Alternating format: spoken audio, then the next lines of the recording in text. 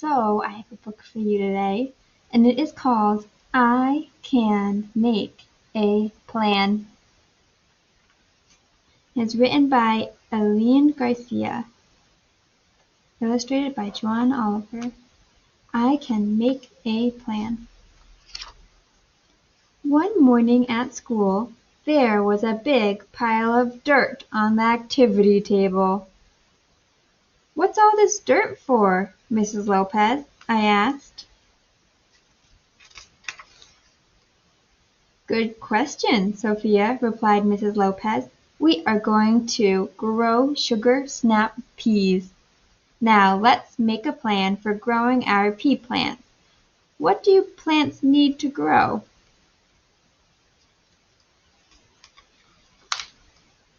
"Make sure the plant gets sun," I said.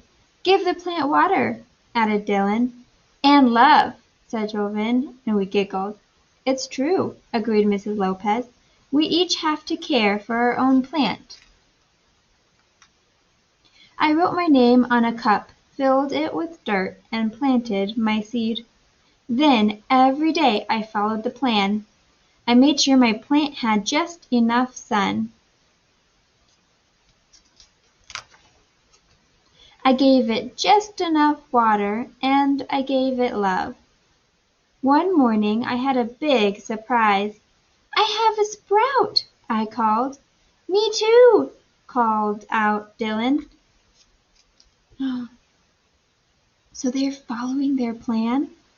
They're following their plan of giving it sun and water and love? And look what's happening! It's growing! Mrs. Lopez helped us plant our sprouts in the garden. We put up the bars, called it a trellis because peas are climbing plants. "Remember to keep following our plan," Mrs. Lopez said. So I watered and loved my plant, and it climbed higher. Soon pretty white flowers bloomed. A few weeks later, we picked our first peas. Whoa, they grew so tall because they followed their plan. We all ate sugar snap peas for a snack. It was the tastiest part of our plan. Wow, so we just read this book, I Can Make a Plan, and it was all about how they made a plan to grow snap peas, and then they followed their plan, and in the end, they got to eat sugar snap peas, and it was delicious. Let's think about real life now. Do you think this girl is following a plan? Explain how you can tell. Take a minute and whisper to your hand, or to a pet, or to a family member. Do you think this girl is following a plan, and how can you tell?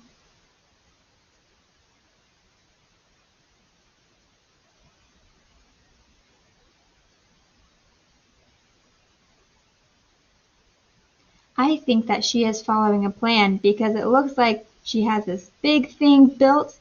She has an adult helping her to nail something in. She looks like she has a plan. Her face looks like she knows what she's doing. Now let's think about our feelings. How does it make you feel when you follow a plan and finish a project? Think about that. How does it make you feel when you follow a plan and finish a project? Whisper in your hand, tell a pet, or tell a family member.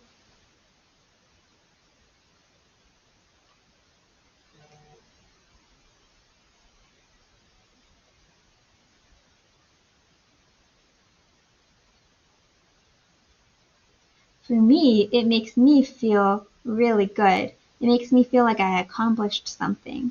Like I made a plan, and then I stuck with it, and I did it, and then I feel really proud of myself at the end. Is that how you feel sometimes?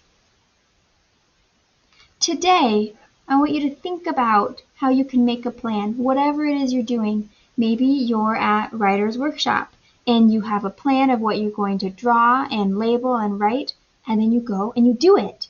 And you make your plan and keep it. Or maybe you're at purposeful play and you make a decision, I'm going to do this during purposeful play. And then you go do it and you stick to your plan, and in the end, you did it. So I want you to think about how you're going to make a plan today and how you're going to stick to your plan. And then notice how you feel afterward. Notice how you feel after you make a plan and stick to it. See if you feel proud of yourself, if you feel really good. I really want to know, how do you feel when you make a plan and stick with it?